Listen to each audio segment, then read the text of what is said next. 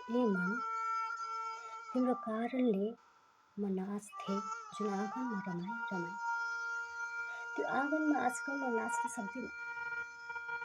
अनेकौँ कोसिस गर्छु तर दिल खोलेर हाँस्न सक्दिनँ।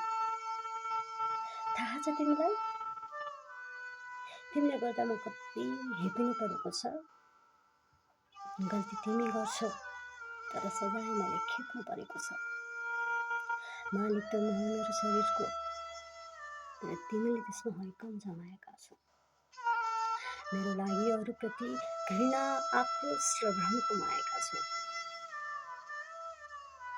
थाहा छ तिमीलाई, मैले सहदा मेरो सहनशीलताको बाँध फुटेर मेरो शरीर नै आक्रोशको जिहर भइसक्यो। त्यही आक्रोशको आगो निभाउन पकाएको आँसुको बेग्लै नहर भइसक्यो।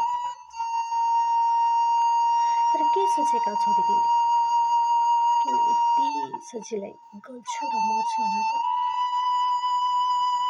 मेरो युद्ध नै नजिती म यति सजिलै आत्मसमर्पण गर्छु होला त? तिमीले दनदनी पीडाको आगोमा मलाई जलाए पनि,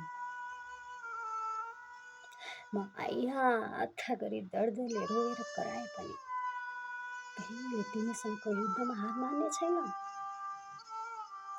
आफूलाई कहिले पनि कायर र कमजोर ठान्ने छैन। किनकि मेरो जीवनमा मैले गर्नुपर्ने कुरा केही खास छ।